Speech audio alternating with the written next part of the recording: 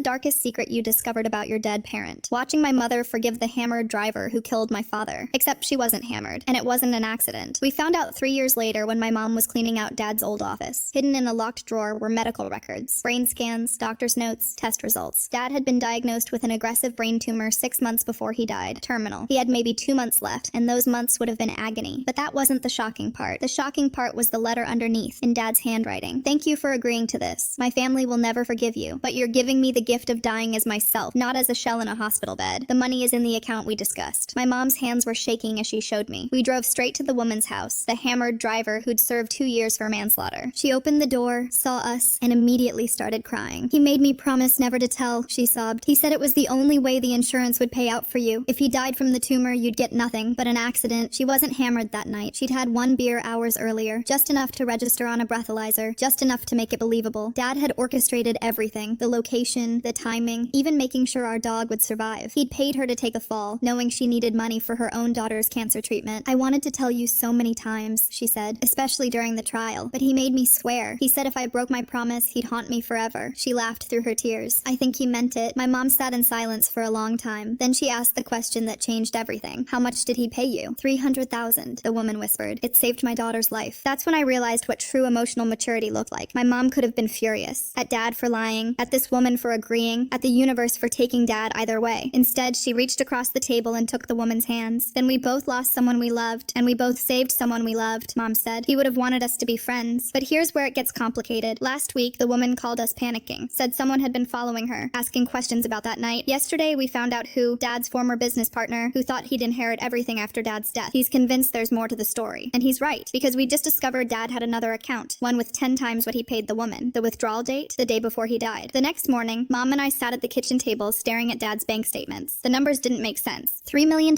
transferred to an offshore account the day before his death. Mom's coffee went cold as she traced the transaction with her finger. The doorbell rang. Through the peephole, I saw a man in an expensive suit holding a briefcase. Marcus Chen, Dad's former business partner, the one the woman had warned us about. Mom opened the door before I could stop her. Helen, Marcus said, his smile not reaching his eyes. We need to talk about your husband's estate. He pushed past us into the living room, setting his briefcase on our coffee table like he owned the place. His fingers drummed against the leather as he looked around, taking inventory of our home. I know about the woman, he said, the supposed hammered driver. Clever of Robert, but not clever enough. Mom's face remained calm, but I saw her hands clench in her lap. Marcus opened his briefcase and pulled out a stack of documents. Your husband and I had an agreement. In the event of his death, his share of our investments would transfer to me, but there's $3 million missing from the accounts. We don't know anything about that, Mom said. Really? Marcus leaned back, studying us. Because I think Robert told you exactly where that money went, and I think you're going to tell me. I stood up. You need to leave. Marcus didn't move. Sit down, kid. You have no idea what your father was involved in. That money, it wasn't just his. We had investors. People who don't take kindly to being cheated. Dad didn't cheat anyone, I said. No? Then where's the money? Marcus's voice hardened. I've been patient. 3 years I've been patient, thinking maybe Robert hid it somewhere, waiting for the heat to die down. But then I found out about his little arrangement with that woman. He pulled out his phone and showed us a photo. The woman who'd helped Dad coming out of a grocery store. My stomach dropped. I've been watching her, Marcus said. Following her. She's nervous, scared. Eventually she'll crack and tell me what she knows. Leave her alone, Mom said, her voice steady but firm. She's been through enough. That's up to you. Marcus stood, straightening his tie. You have 48 hours to tell me where the money is. After that, I'll have to get creative. After he left, Mom locked the door and leaned against it. We called the woman immediately, told her to stay with friends for a few days. Then we went back to Dad's office, searching for anything we'd missed. In a hidden compartment behind his bookshelf, we found another letter. This one was addressed to Marcus. If you're reading this, it began, then you've discovered the money is gone. You always were predictable, Marcus. Greedy and predictable. The letter detailed how Marcus had been embezzling from their company for years, skimming from client accounts. Dad had discovered it 6 months before his diagnosis. The $3 million? It was what Marcus had stolen, carefully documented and transferred to protect their clients. The evidence is with my lawyer, the letter continued. If anything happens to my family or to the woman who helped me, it will be released to the authorities. Consider this your only warning. But when we called Dad's lawyer, his secretary said he'd retired last year, moved to Florida, no forwarding information. Marcus called that night. Tick-tock, he said before hanging up. The next day, we found our mailbox smashed, our car tires slashed. Small intimidations, but the message was clear. Mom wanted to go to the police, but we both knew Marcus was right about one thing. If Dad had taken money that wasn't his, even to protect it from Marcus, we could all be in trouble. I spent hours going through Dad's computer files, looking for any clue about where he'd hidden the evidence. Mom contacted Dad's old secretary, his golf buddies, anyone who might know something. Nothing. The woman called us, crying. Someone had broken into her apartment while she was out. Nothing stolen, but everything was searched. Her daughter's photos were arranged on her bed in a pattern that spelled out where. That's when I remembered something. Dad used to take me to this old storage unit when I was younger. Said it was where he kept boring work stuff. I hadn't thought about it in years. Mom and I drove there that night. Unit 47B, paid up for 10 years in advance according to the manager. Inside, we found boxes of financial records, client files, and a safety deposit box key taped to the bottom of a filing cabinet. The next morning, we went to the bank. The safety deposit box contained everything. Records of Marcus's embezzlement, forged signatures, falsified accounts, and a video confession from Dad recorded just days before his death, explaining everything. But there was more. The $3 million hadn't just disappeared. Dad had returned it to every client Marcus had stolen from, anonymously, making it look like accounting errors corrected. The transfers were irreversible, the money already distributed and spent. Marcus was waiting at our house when we got back. He'd let himself in somehow, was sitting in Dad's old chair like he belonged there. "Time's up," he said. "Where's my money?" That's when Mom did something I'll never forget. She smiled. Not her usual warm smile, but something harder. Something that reminded me of Dad when he was closing a big deal. "It's gone," she said. "Robert gave it all back to the people you stole from. Every penny." Marcus's face went white. "You're lying." Mom set the evidence on the table. "We have copies. Lots of copies. Some with the FBI, some with the state attorney's office, some with journalists who would love this story." "You're bluffing." "Call my bluff," Mom said. "But know this, the moment anything happens to us or to that woman, this all goes public. Your reputation, your business, your freedom, all gone." Marcus stood slowly, his hands shaking. "Your husband destroyed me." "No," Mom said. "You destroyed yourself. Robert just made sure you couldn't destroy anyone else." After Marcus left, we sat in silence for a long time. The woman came over later, and we showed her everything. She cried again, but this time from relief. "He really did think of everything," she said. "Not everything," Mom said, looking at Dad's photo on the mantle. "He didn't think about how much we'd miss him." Over the next few days, we watched Marcus's world crumble. His investors pulled out, his clients left. Without the stolen money to cover his tracks, his fraud became obvious. He fled the state before charges could be filed. The woman and her daughter started coming over for dinner. Turns out her daughter and I had a lot in common. Both of us saved by our parents' sacrifices. Both of us learning to live with complicated truths. Mom was right that day. We'd both lost someone we loved, and we'd both saved someone we loved. Dad would have wanted us to be friends. More than that, he'd have wanted us to be family. And in his own complicated, secretive way, that's exactly what he'd given us. The peaceful dinners with the woman and her daughter lasted exactly 1 week. Then Marcus started getting creative. It began with my job. My supervisor pulled me aside during my shift at the bookstore, looking uncomfortable. She explained that someone had called claiming I'd stolen money from the register. "Anonymous tip," she said, but they had to investigate. I knew it was Marcus before she even finished talking. Mom's workplace got a similar call. Her real estate office received complaints about fraudulent listings, forged signatures on contracts, all anonymous, all impossible to trace. Her boss, who'd known her for 15 years, apologized but said he had to suspend her pending investigation. The woman lost her job at the hospital where she worked as a nurse. Someone had reported her criminal record, questioning whether someone convicted of manslaughter should be caring for patients. Never mind that she'd disclosed everything when hired. Never mind that she'd been an exemplary employee for 2 years since her release. We met at Mom's house that evening, the three of us trying to figure out our next move. The woman's daughter, Victoria, was at a friend's house. We'd been careful to keep her away from all this. Mom spread Dad's evidence across the dining table again. Bank records, emails, transaction histories, everything proving Marcus had stolen from clients. But something bothered me. Dad had been meticulous about everything else. Why leave the evidence with a lawyer who'd disappear? I started going through Dad's old appointment books, cross-referencing dates. The lawyer, Nathan Joney, had been Dad's attorney for 20 years. His sudden retirement right after Dad's death seemed too convenient. Mom made calls to other lawyers in town asking about Nathan. Most hadn't heard from him, but one mentioned something interesting. Nathan had sold his practice to a firm that Marcus had connections to. The pieces started falling into place. The woman suggested we search for Nathan ourselves. If Marcus had gotten to him, maybe we could convince him to help us. But finding someone who didn't want to be found wouldn't be easy. I spent the next 3 days calling every Nathan Joney in Florida. Most numbers were disconnected. The few that answered weren't our Nathan. Mom tried social media, professional networks. Nothing. The woman checked nursing home directories, retirement communities. Still nothing. Marcus kept the pressure on. My bank called about suspicious activity on my account. Several large deposits and withdrawals I hadn't made. The bank froze my funds pending investigation. Mom's mortgage company received an anonymous tip about income fraud. The woman's landlord got a call suggesting she was using her apartment for illegal activities. We were running out of time and options. That's when Victoria, the woman's daughter, surprised us all. She'd overheard us talking and had an idea. What if Nathan hadn't moved to Florida at all? What if that was just what he wanted people to think? It was so simple we'd overlooked it. We'd been searching far away when he might be hiding close by. Victoria remembered seeing him at the farmer's market a few months ago. Her mom had pointed him out, warning her to avoid him because of the trial connection. We spent the next morning at the farmer's market, walking through crowds, scanning faces. Nothing. But as we were leaving, I spotted a familiar figure at the coffee shop across the street. Older, grayer, but definitely Nathan Joney. Mom approached him carefully. He saw her coming and tried to leave, but she called his name. He stopped, shoulders sagging. We sat in a quiet corner of the coffee shop. Nathan looked exhausted, defeated. He admitted Marcus had threatened him after Dad's death, told him to disappear or face consequences. Nathan had been hiding in plain sight, living under his middle name, working part-time at a hardware store. Mom showed him the evidence we'd found. Nathan's hands shook as he read through it. He confirmed what we'd suspected. Dad had given him everything, but Marcus had gotten to him first, threatened his grandchildren. Nathan had no choice but to hand it over and disappear. But Nathan had kept copies, hidden in a safety deposit box under his middle name. He'd been too scared to do anything with them, but seeing us, knowing we were fighting back, gave him courage. We went to his bank together. The safety deposit box contained everything Dad had documented, plus more. Nathan had added his own records of Marcus's threats, recorded conversations, proof of intimidation. It was enough to bury Marcus completely, but Marcus wasn't done with us. When we got back to Mom's house, we found the front door open. Nothing was stolen, but everything was searched. Cushions slashed, drawers emptied, even family photos removed from frames. A message was spray painted on the living room wall. Last chance. The woman grabbed my arm, her daughter. We raced to the friend's house where Victoria was staying. She was safe, but scared. Her friend's parents said a man in an expensive suit had come by asking questions. They'd sent him away, but he'd sat in his car outside for an hour before leaving. We couldn't wait any longer. Mom wanted to take everything to the police immediately, but I remembered something Dad used to say about Marcus. He was connected, had friends in useful places. We needed to be smarter. Nathan suggested we make copies of everything first, multiple copies. He knew a journalist who'd been investigating financial fraud in the area. We could give her the story, make it public before Marcus could bury it. We spent that night at an all-night copy shop, making dozens of copies of every document. Nathan called his journalist contact, arranged a meeting for the next morning. The woman and Victoria stayed with us. Safety in numbers. Marcus called Mom's phone at 3 a.m. She put it on speaker. His voice was calm, controlled, but I could hear the edge underneath. Helen, let's be reasonable. Robert took something that wasn't his. I just want it back. No one else needs to get hurt. You're the one who stole from clients, Mom said. Robert was protecting them. Robert was a fool. He could have had everything. We both could have. Instead, he chose to play hero. He chose to do the right thing. Marcus laughed, but there was no humor in it. The right thing? He destroyed my life over the right thing? You have no idea what you're dealing with, Helen. This goes deeper than you know. Then tell me, Mom said. Make me understand. There was a long pause. When Marcus spoke again, his voice was different, tired. Your husband and I built that company from nothing. 20 years of work. Then he gets sick and decides to develop a conscience? He had no right. You had no right to steal from clients, Mom shot back. Those clients were sheep. They'd have lost that money anyway. At least with me, they got returns for years before I took my share. Your share? You stole millions. I earned those millions. While Robert was playing family man, I was working 100-hour weeks. I deserved compensation. Mom's voice hardened. You deserved prison, and that's where you're going. Marcus's calm shattered. You think you've won? You think your husband's little plan protected you? I know people, Helen. People who don't care about evidence or journalists or police. You have 24 hours to return my money, or you'll learn what real loss feels like. The line went dead. We didn't sleep the rest of the night. At dawn, we met the journalist at a diner outside town. She reviewed the evidence, asked questions, took notes. She promised to run the story within days, but we needed to stay safe until then. Nathan offered his cabin in the mountains. It was isolated, but that meant we'd see anyone coming. We packed quickly, only essentials. As we loaded the cars, I noticed a black sedan parked down the street. It had been there all night. We left in 3 separate cars, taking different routes. The plan was to meet at the cabin by noon. Mom and I went first. The woman and Victoria took Nathan's car, and Nathan drove separately with the evidence. The mountain roads were winding, narrow. I kept checking the mirrors, watching for that black sedan. About halfway up, I spotted it, following at a distance, but definitely following. Mom saw it too. She took a sudden turn onto a side road, then another. The sedan fell back, but didn't lose us completely. We were being herded, I realized, pushed towards somewhere specific. The road ended at an old quarry. No way forward, steep drops on both sides. Mom stopped the car, engine still running. The black sedan pulled up behind us, blocking our escape. But it wasn't Marcus who got out. It was a woman, middle-aged, professional-looking. She approached Mom's window, hands visible, non-threatening. Mrs. Chen, my name is Sam McSamantha. I'm a federal investigator. We've been watching Marcus for months. We need to talk. Mom kept her hands on the wheel. How do I know you're really federal? Sam produced credentials. Let Mom examine them. They looked real, but we'd learned not to trust easily. Sam seemed to understand. Your husband contacted us before he died, she said. Sent us information about Marcus's activities. We've been building a case, but we needed more evidence. What you found in that storage unit, what Nathan Joni has, it's the missing piece. Why didn't you contact us sooner? I asked. We couldn't risk Marcus finding out. He has connections, informants. We needed him to expose himself, make mistakes. Your pressure on him did that. Mom studied Sam's face. What do you want from us? Your cooperation, the evidence, testimony if needed. In exchange, we can protect you. All of you. It sounded too convenient. Another twist in a story full of them. But what choice did we have? Marcus's 24-hour deadline was ticking down. We followed Sam to a federal building in the city. Real agents, real offices. They'd been tracking Marcus's financial crimes for 2 years. Dad's information had started their investigation, but he died before he could testify. They showed us surveillance photos, Marcus meeting with various people, exchanging packages, making deals. He wasn't just embezzling. He was laundering money for others, using the company as a front. The agent in charge explained their plan. They needed us to meet with Marcus, get him to admit to the embezzlement on tape. With that confession, plus the evidence, they could arrest him immediately. Mom refused at first. Too dangerous. But they assured us we'd be protected. protected. Agents would be watching, listening. The moment we had what we needed, they'd move in. We spent hours preparing. What to say, how to act, where to meet. The agents suggested Mom's house. Familiar territory for us, but Marcus would feel confident there. Overconfident, hopefully. That evening, Mom called Marcus, told him she was ready to talk, to work out a deal. He agreed to come over at 9. Alone, he insisted. Just him and Mom. The agents set up surveillance equipment throughout the house. Tiny cameras, hidden microphones. They positioned themselves in neighboring houses, unmarked vans on the street. We had a panic button if things went wrong. Nathan arrived with the woman and Victoria just before 9. The agents had brought them in for protection. We waited in the back room, watching monitors, listening. Marcus arrived exactly at 9. He looked tired, older than when I'd last seen him. He sat in Dad's chair again, that same possessive gesture. Mom offered him coffee. He declined. They sat across from each other, the coffee table between them like a battlefield. "Where's my money, Helen?" Marcus started. "Gone," Mom said simply. "Robert returned it to the clients you stole from." Marcus's jaw tightened. "That money was mine. I earned it. By stealing? By being smart. Your husband never understood business. Always too worried about ethics, about doing the right thing. It made him weak." Mom leaned forward. "It made him better than you." "Better? He's dead, Helen. I'm still here. Who's better off?" His conscience was clear. "Can you say the same?" Marcus laughed bitterly. "Conscience doesn't pay bills, doesn't build empires. Your husband could have been rich. Instead, he chose to be righteous. Look where it got him." "Tell me about the embezzlement," Mom said, pushing carefully. "Help me understand why you did it." Marcus studied her, suspicious. But his ego won out. He wanted her to understand, to validate his choices. "It started small," he began, skimming from accounts that were dormant, clients who'd forgotten about investments. They weren't using the money. I was. How much? A few thousand at first, then more. The 2008 crash provided cover. Losses everywhere. Easy to hide a little extra loss here and there. But 3 million? Over 10 years? That's nothing. The company made 10 times that. I deserved my share. Your share was your salary, your legitimate profits. Legitimate, Marcus scoffed. You want to know what's legitimate? I brought in 90% of our clients. I made the deals that built the company. Robert handled paperwork. I handled power. Mom kept him talking, drawing out details. Marcus grew more animated, more careless. He admitted to forging signatures, creating fake accounts, moving money through shell companies. The agents were getting everything. Then Marcus's phone rang. He looked at it, frowned, answered despite Mom's protest. His face changed as he listened, went pale, then red. He hung up and stood abruptly. "You set me up," he said, voice deadly quiet. "That was my contact at the federal building. They're preparing arrest warrants." Mom stood too, hand moving toward the panic button. But Marcus was faster. He grabbed her wrist, twisted. Not enough to break, but enough to hurt. "Where are the others?" he demanded. "Your son, that woman, where are they?" I started to move, but Nathan held me back. The agents would handle it any second now. But Marcus was already pulling Mom toward the door. "We're leaving. You're going to get me that evidence, all of it. Then you're going to call off your federal friends." "I can't call them off," Mom said, struggling. "It's too late." "Then you better hope your son can. Because if I go down, I'm taking all of you with me." He reached the front door, yanked it open, and found himself facing a dozen federal agents, weapons drawn. "Marcus Chen," Sam McSamantha said, stepping forward. "You're under arrest for embezzlement, money laundering, and assault." Marcus released Mom, raised his hands slowly, but his eyes found mine through the doorway. The look he gave me was pure venom. "Your father would be ashamed," he said as they cuffed him. "Destroying everything we built, everything he worked for." "No," I said, finding my voice. "He'd be proud. We finished what he started." They led Marcus away, into a waiting car. The neighbors had come out, watching the spectacle. Tomorrow it would be gossip. Next week, old news. But for us, it was closure. We spent the next few hours giving statements, signing documents. The agent said Marcus would likely plea bargain, but he'd serve time. His assets would be frozen, investigated. Any money recovered would go back to the victims. It was nearly dawn when we finally got home. Mom made coffee while we sat around the kitchen table. The woman held Victoria close. Nathan looked older, but somehow lighter. The weight of secrets finally lifted. "What happens now?" the woman asked. Mom smiled, that warm smile I'd missed during all this chaos. "Now we heal. We move forward. We become the family Robert wanted us to be." Over the next few weeks, life slowly returned to normal. The investigations cleared our names. We got our jobs back with apologies. Marcus's company was dissolved, assets distributed to victims. It wasn't everything he'd stolen, but it was something. Nathan came out of hiding, reopened a small practice. He helped us set up a trust with Dad's life insurance money. Part went to the woman in Victoria, a gift from Dad to the family who'd helped him. The rest went to brain cancer research. The woman and her daughter became regular fixtures in our lives. Sunday dinners, holiday celebrations, random Tuesday movie nights. Victoria and I grew close, bonded by our strange connection. 2 kids saved by their parents' sacrifice. Mom and the woman became best friends, just as Dad had predicted. They started a support group for families dealing with terminal illness and impossible choices, a place where people could share without judgment. One evening, as we all sat around the dinner table, Victoria asked the question we'd all been thinking. "Do you think he knew? Your dad? Do you think he knew it would all work out like this?" Mom reached over, squeezed her hand. "I think he hoped. He couldn't control everything, but he gave us the tools to fight. The rest was up to us." "He gave us each other," the woman added. "That was his real gift." I thought about Dad then, not the man who'd lied and schemed and orchestrated his own death, but the man who'd loved us enough to try to protect us, even from beyond the grave. He wasn't perfect. His plan wasn't perfect, but his love was. Marcus had been wrong about about him. Dad wasn't weak because he cared about ethics. He was strong because he acted on them, even when it cost him everything. He'd seen Marcus's corruption and couldn't ignore it, couldn't let innocent people suffer for his partner's greed. So he'd spent his last months setting things right, returning stolen money, gathering evidence, protecting his family. And when he knew his time was running out, he'd made one last sacrifice, one that would haunt the woman who helped him but save his family from poverty. It wasn't a perfect plan. It caused pain, sent an innocent woman to prison, left us with questions and guilt. But it was the best he could do with the time he had left. And in the end, it brought us together. Marcus was sentenced to 12 years. He'd serve maybe 8 with good behavior. His connections couldn't save him once the evidence went public. The journalist won awards for her expose on financial fraud and small investment firms. Nathan testified at the trial, finally free from fear. But the real victory wasn't Marcus's conviction. It was the family we'd become, born from tragedy, forged through adversity, bonded by love and sacrifice. Dad would have been proud. Sometimes I still dream about that night. The accident that wasn't an accident. The hammered driver who wasn't hammered. The death that was really a goodbye. But now I understand what Dad was trying to tell us. Life is messy. People make impossible choices. Love sometimes looks like betrayal. And forgiveness, real forgiveness, means accepting all of someone, not just the parts that are easy to love. Mom kept Dad's last letter, the one explaining everything. She framed it, hung it in the hallway next to family photos. Visitors sometimes asked about it, but we rarely explained. It was our story, our truth, our complicated love. The woman and Victoria moved closer, just a few blocks away. We saw them almost daily. Victoria started calling Mom Aunt Helen. The woman became simply family, no explanation needed. One night, as we cleaned up after dinner, the woman pulled me aside. "I need to tell you something," she said. "About that night, about your dad." My stomach clenched. "More secrets? More revelations?" "He talked about you constantly in those last weeks," she continued. "Every meeting, every plan, it all came back to you and your mom. How to protect you, how to provide for you, how to make sure you'd be okay. I know he loved us," I said. "No, you don't understand. He made me promise something else, something I've never told anyone." I waited, heart pounding. "He made me promise to watch over you, both of you, to become part of your lives if you'd let me. He said losing him would be hard, but being alone would be harder. He wanted you to have more family, not less. So all of this, becoming close to us, started as a promise, yes, but became real. You and your mom, you're my family now, Victoria's family. Not because your dad asked me to, but because I can't imagine life without you." I hugged her then, this woman who'd sacrificed so much for a stranger's dying wish, who'd gone to prison to give us financial security, who'd kept terrible secrets to honor a good man's last request. "Thank you," I whispered, "for everything." She hugged me back, tears on both our faces. "Thank your dad. He saw all of this somehow, knew we'd need each other. Even in dying, he was taking care of everyone." That's the thing about love, real love. It doesn't end with death. It lives on in the choices we make, the people we become, the families we create. Dad's love lived on in Mom's forgiveness, in the woman's sacrifice, in Victoria's resilience, in our strange, beautiful, complicated family. Marcus thought Dad was weak for choosing conscience over profit, but Dad understood something Marcus never did. Money is just paper. Power is just illusion. But love, sacrifice, family, that's real. That's forever. And that's what Dad gave us. Not just money to survive, not just evidence to fight back, but people to love, to trust, to build a life with. He gave us each other. In his own complicated, imperfect way, he gave us everything. The weeks after Marcus's arrest brought new challenges we hadn't anticipated. His business associates started circling like vultures, each claiming they were owed something from the dissolved company. Mom fielded calls daily from people we'd never heard of, all with stories about investments and promises Marcus had made. One morning, a woman showed up at our door with a folder of documents. She introduced herself as Marcus's ex-wife, someone Dad had mentioned only once in passing. She sat at our kitchen table, spreading out divorce papers and financial statements from years ago. "Marcus hid assets during our divorce," she explained. "Your father knew about it but stayed quiet. Professional courtesy, he called it. Now I want what I'm owed." Mom examined the papers carefully. The amounts were substantial, money that Marcus had shuffled through various accounts to avoid splitting during the divorce. Some of those accounts had Dad's name on them as the business partner. "We don't have access to any of that," Mom told her. "Everything's frozen pending the federal investigation." The ex-wife's expression hardened. "Then you better find a way to unfreeze it, or I'll have to explore other options." After she left, Mom called Nathan. He came over immediately, reviewing the documents she'd left behind. His face grew increasingly worried as he read. "This is legitimate," he said finally. "If she pushes this, you could be held liable as Robert's estate. The amounts here, it could wipe out everything." I felt my stomach drop. After everything we'd been through, we might lose it all anyway. Mom sat quietly, processing this new threat. The woman and Victoria arrived for dinner as planned. We told them about Marcus's ex-wife, the potential liability. The woman immediately offered to help however she could, but we all knew her resources were limited. That night, I couldn't sleep. I went through Dad's files again, looking for anything about Marcus's divorce. In a folder marked personal, I found correspondence between Dad and Marcus from that time. Dad had known about the hidden assets, but had been conflicted about what to do. One email stood out. Dad had written to Marcus, "This isn't right. She deserves her fair share. If you don't make this right, I will." Marcus's response was threatening, reminding Dad of their partnership agreement, of mutual destruction if either betrayed the other. Dad had backed down, but I could sense his regret in the subsequent emails. The next morning, Mom made a decision. She called Marcus's ex-wife, invited her back to discuss a solution. When she arrived, Mom had a proposal ready. "We'll help you recover what you're owed," Mom said, "but not through the courts. That could take years and destroy everyone involved. Instead, we work together." The ex-wife was skeptical but listened. Mom explained that we had information about all of Marcus's hidden assets, not just from the divorce, but from his entire career. If we combined our knowledge with what the federal investigation would uncover, we could ensure she got her fair share from the seized assets. "Why would you help me?" the ex-wife asked. "Because it's the right thing to do," Mom replied, "and because my husband would want us to." We spent the next several days working with Marcus's ex-wife, mapping out the complex web of accounts and shell companies Marcus had created. She had pieces we didn't, records from their marriage that filled in gaps. Together, we built a complete picture of Marcus's financial crimes. Nathan helped us present this information to the federal investigators. They were impressed by the thoroughness, especially the historical data about Marcus's patterns of hiding assets. It would help them recover more money for all the victims. But Marcus wasn't finished with us yet. From jail, he managed to cause more problems. His lawyer filed motions claiming we'd stolen company property, that the evidence we'd provided was obtained illegally. The accusations were baseless, but they meant more legal fees, more time in court. Mom's savings dwindled quickly. The woman offered to help with money, but Mom refused. We'd already asked too much of her. I picked up extra shifts at the bookstore, but it wasn't enough. Then Victoria had an idea. She'd been learning web design at school and offered to help Mom create a website for her real estate business. Working together, they built something professional and modern. Mom's client base, loyal despite the recent drama, spread the word. Soon, she had more listings than ever before. The woman's nursing career also recovered. The hospital, after investigating the anonymous complaints, realized they were harassment. They offered her a promotion to a supervisory position, recognition for her dedication during a difficult time. Our strange extended family grew stronger through these challenges. Marcus's ex-wife, initially hostile, became an ally. She'd been through her own version of Marcus's manipulation and understood our struggle. She even started joining our Sunday dinners occasionally. One evening, as we all sat around the expanded dining table, Nathan raised his glass. "To Robert," he said, "who saw the best in people, even when they didn't deserve it." We toasted Dad's memory, but I noticed Mom's expression. Later, when everyone had gone home, I found her in Dad's old office, holding a photo from their wedding day. "I wonder if he knew it would be this hard," she said. I sat beside her. "Would it have changed anything if he did?" She smiled sadly. "No, he'd have done it anyway. That's who he was." The federal case against Marcus progressed slowly. He'd hired expensive lawyers who filed motion after motion, delaying the inevitable. But the evidence was overwhelming. His former clients testified about their losses. Nathan testified about the threats. We testified about the harassment. Marcus's mother appeared at the trial one day. She was elderly, frail, supported by a walker. She approached Mom during a recess, tears in her eyes. "I'm sorry," she whispered. "I raised him better than this. His father and I, we don't understand how he became this person." Mom hugged her gently. "We all make choices. This wasn't your fault." The old woman pressed an envelope into Mom's hands before her aide led her away. Inside was a check for $10,000 and a note. "For the families Marcus hurt. It's not much, but it's what I can do." Mom donated the money to the support group she'd started with a woman. It funded counseling sessions for families dealing with terminal illness and impossible decisions. Marcus's mother's gift helped people find peace with their choices. The trial concluded with Marcus's conviction on all counts. 12 years, as predicted, with possibility of parole in 8. His assets were liquidated, distributed among his victims. Marcus's ex-wife received her share finally. The clients he'd defrauded got partial restitution. It wasn't everything they'd lost, but it was something. After the sentencing, Marcus's lawyer approached us with one final message from his client. Marcus wanted to meet with Mom, to apologize. Mom considered it for days before deciding. I went with her to the prison. Marcus looked smaller in his orange jumpsuit, older. The arrogance was gone, replaced by something I couldn't quite identify. "Helen," he said when we sat across from him in the visiting room. "Thank you for coming." Mom waited, saying nothing. "I've had time to think," Marcus continued. "About Robert, about what he did. I hated him for it. But now, I understand. He was trying to save me from myself." "He was trying to save your victims," Mom corrected. Marcus nodded slowly. "That too. But he knew what this would lead to. Prison. Disgrace. He tried to warn me years ago. I didn't listen." "What do you want, Marcus?" Mom asked. "To apologize. And to tell you something. Robert left one more account. One I didn't know about until my lawyer found it during discovery. It's in Victoria's name. For her education. He set it up the week before he died." Mom's composure cracked slightly. "What?" $50,000. He knew that woman would need help raising her daughter after prison. He made sure she'd have it. The account information is with my lawyer." We left the prison in silence. Mom drove while I processed this final revelation. Dad had thought of everything, planned for every contingency. Even in his final days, facing death, he'd been taking care of people. Victoria cried when we told her. The woman held her daughter, both of them overwhelmed by Dad's final gift. The money would pay for college, give Victoria opportunities her mother's sacrifice had made possible. The support group Mom and the woman ran grew larger. Families came from neighboring towns, sharing their stories, finding comfort in community. Mom became known for her compassion, her ability to help people navigate impossible choices without judgment. I graduated from community college that spring. Mom, the woman, Victoria, Nathan, and even Marcus's ex-wife attended the ceremony. My chosen family, born from tragedy, but bound by love. At the graduation graduation party, Mom pulled me aside. "Your father would be so proud," she said. "Not just of the degree, but of who you've become. I learned from you," I told her. "How to forgive, how to move forward, how to find family in unexpected places." Nathan announced his retirement that summer. He'd rebuilt his practice enough to sell it properly this time. He planned to travel, to visit grandchildren he'd been too afraid to see during his years in hiding. But first, he had one more task. He'd been working with Dad's old clients, the ones who'd lost money to Marcus, helping them navigate the restitution process. Many were elderly, confused by the legal complexities. Nathan made sure each one understood their rights, received their share. One afternoon, Nathan brought an elderly man to our house. The man walked slowly, leaning on a cane, but his eyes were sharp. "I knew your father for 30 years, he told me. "He managed my retirement savings. When I heard about Marcus, I thought I'd lost everything. But your father had moved my money to a protected account months before he died. He saved my retirement." The man had brought a photo album, pictures from company events over the years. Dad appeared in many of them, always smiling, always surrounded by clients who trusted him. The man pointed to one photo in particular. "This was taken the month before he died," he said. "Look at his face. He knew, didn't he? He was already protecting us." I studied the photo. Dad did look different, thinner, but determined. His arm was around Mom at a company Christmas party. They both looked happy despite everything. "Keep that one," the man said, carefully removing the photo. "Your family should have it." As our lives stabilized, we established new routines. Sunday dinners continued, but now included whoever needed family that week. Nathan before his travels, Marcus's ex-wife when loneliness struck, Dad's old clients who had no one else. Our table expanded to accommodate everyone. Victoria excelled in school, driven by the opportunities her mother's sacrifice and Dad's gift had provided. She talked about becoming a doctor, helping others the way her mother helped patients. The woman glowed with pride at her daughter's ambitions. One evening, while helping Mom clean out more of Dad's things, I found his journal from those final months. I hesitated, then showed Mom. We read it together, his thoughts and fears laid bare. He wrote about the diagnosis, the shock and anger, about discovering Marcus's theft and realizing he could use his remaining time to make things right, about finding the woman, convincing her to help, promising to take care of her family as she took care of ours. The final entry was dated 2 days before his death. "Tomorrow I transfer the last of the stolen funds back to the clients. Marcus will discover it eventually, but it will be too late. Helen and our son will be provided for. The woman's daughter will have her chance at life. I pray they'll all forgive me for the pain I'm about to cause. Sometimes love requires terrible choices. This is mine." Mom closed the journal gently. We donated it to the support group, where it became a resource for others facing similar decisions. Dad's words helped people understand that love sometimes looks like betrayal, that sacrifice isn't always clean or simple. The woman and Victoria officially moved into the house 3 doors down, close enough to be family, independent enough to be themselves. Victoria and I studied together, supported each other through challenges. She became the sister I never had. Marcus's ex-wife used her settlement to start a foundation helping women discover hidden assets during divorces. She'd learned from her experience, wanted to prevent others from suffering similarly. Mom joined the board, bringing her real estate expertise. The anniversary of Dad's death arrived with unexpected peace. We gathered at his grave, our expanded family filling the small cemetery plot. Mom placed flowers while the woman lit a candle. Victoria read a poem about sacrifice and love. Nathan said a prayer. I spoke last, sharing what I'd learned. That Dad's final act wasn't just about money or justice. It was about creating connections, building family from broken pieces. He'd known we'd need each other, orchestrated not just his death, but our coming together. He gave us each other, I said, looking at the faces around me. That was his greatest gift. As we walked back to our cars, Victoria took my arm. "Do you think he knew," she asked, "how it would all turn out?" I thought about Dad's meticulous planning, his attention to detail, but also about the surprises, the unexpected bonds, the family we'd become through choice rather than blood. "I think he hoped," I said, "and sometimes hope is enough." The support group met that evening. Mom facilitated while the woman provided medical perspective. New faces appeared, people carrying their own impossible choices. They found what we'd found, that sharing the burden made it bearable. Marcus wrote occasionally from prison. His letters showed genuine remorse, a man finally understanding the cost of his choices. Mom answered sometimes, brief notes about forgiveness and moving forward. Even Marcus, in his way, was part of our story now. Life settled into new rhythms. Morning coffee with Mom before work, evening walks with Victoria and the woman, Sunday dinners with our chosen family, Nathan's postcards from his travels, small moments that added up to a life rebuilt from loss. I returned to school for my bachelor's degree, inspired by the professionals who'd helped us. Social work, I decided, helping families navigate crisis. Dad's insurance money made it possible, his final investment in my future. The woman received a Nursing Excellence Award. At the ceremony, she thanked her daughter for being her motivation, Mom for showing her forgiveness, and Dad for trusting her with an impossible secret. There wasn't a dry eye in the audience. Our story spread quietly through the community, not through media or fame, but through whispered conversations at the support group, shared experiences at the grocery store. We became known as the family that chose each other, that found love in loss. Marcus's mother passed away peacefully. She'd continued donating to the support group monthly, her way of atoning for her son's crimes. Her funeral was small, but Mom insisted we attend. Even in grief, we honored connections. Time softened the sharp edges of our trauma. The woman spoke more freely about that night. The weight of her secret finally lifted. Victoria understood her mother's sacrifice without bitterness. Mom found joy again, not despite Dad's deception, but because of what it created. I sometimes wondered what Dad would think of us now. His elaborate plan had worked, but not exactly as he'd imagined. We were provided for financially, yes, but more importantly, we were surrounded by love he couldn't have predicted. The federal investigators closed their final reports. Marcus's network was fully dismantled, his victims compensated as much as possible. Sam McSamantha sent a personal note thanking us for our courage. Without our evidence, she wrote, justice would have been impossible. Nathan returned from his travels renewed. He'd reconciled with family, seen the world, found peace. He joined our Sunday dinners again, sharing stories of his adventures. His courage in facing Marcus had freed him in ways we were still discovering. Victoria's college acceptance letter arrived on a Tuesday. Full scholarship to the pre-med program, her dreams within reach. The woman sobbed with joy while Victoria danced around the kitchen. Mom and I watched, knowing Dad would have been so proud. That night, I found Mom on the porch, holding Dad's last letter. I used to be angry, she admitted, at the lies, the manipulation, the pain he caused. But look what grew from it. She gestured toward the woman's house, where Victoria's celebration continued. At Nathan's car in the driveway, him joining the party. At the photos on our wall, our strange family documented in snapshots. He planted seeds, Mom continued, not just of justice or financial security, but of connection. We're all here because he brought us together. I sat beside her, understanding finally complete. Dad's legacy wasn't the money he'd protected or the crimes he'd exposed. It was the family he'd created through sacrifice, the love that grew from loss. Marcus served his time quietly. Reports from prison indicated he'd become a model inmate, teaching financial literacy to other prisoners. Perhaps redemption was possible, even for him. Dad would have hoped so. Our support group expanded to 3 meetings weekly. Families drove hours to attend, finding solace in shared experience. Mom and the woman trained other facilitators, spreading their compassionate approach. Dad's final gift kept giving. I graduated with honors, immediately starting work at a family crisis center. Every day brought new challenges, families facing impossible choices. I carried Dad's lessons with me, that love takes many forms, not all of them easy to recognize. Victoria finished her first year of pre-med with straight A's. She volunteered at the hospital where her mother worked, full circle from the woman who'd saved her life to the doctor she'd become. Their sacrifice transformed into purpose. 5 years after Dad's death, we held a different kind of memorial. Not mourning, but celebration. Everyone whose life he'd touched gathered in our backyard. Former clients whose retirements he'd saved. Families from the support group finding peace. Our chosen family, bonded forever. Mom stood to speak, strong and graceful. She talked about forgiveness, about finding beauty in broken things, about a man who used his final months to right wrongs and create connections, about the love that survived deception, grew through pain, bloomed into something beautiful. Robert wasn't perfect, she concluded, but he loved perfectly. That's what remains. As the sun set over our gathering, I realized this was what Dad had really given us. Not just financial security or justice, but a web of connections that caught us when we fell. A family chosen through circumstance but maintained through love. The woman raised her glass, tears streaming. To the man who trusted me with an impossible secret, who saw my desperation and met it with compassion, who gave my daughter a future and me a family. To Dad, I added, who knew that sometimes the greatest gift is bringing people together. We toasted under the stars, our voices joining in remembrance and gratitude. Somewhere I believe Dad was watching, finally at peace. His plan had worked, though not as he'd imagined. We were more than okay. We were family. But the next morning brought new challenges, as every morning did. But we faced them together, supported by the bonds Dad had forged through sacrifice. His love lived on in every choice we made, every connection we nurtured, every family we helped through crisis. This was his true legacy, that love multiplies when shared, that family isn't just blood, but choice, that even death can't stop someone determined to protect those they love. Dad had given us everything that mattered, each other.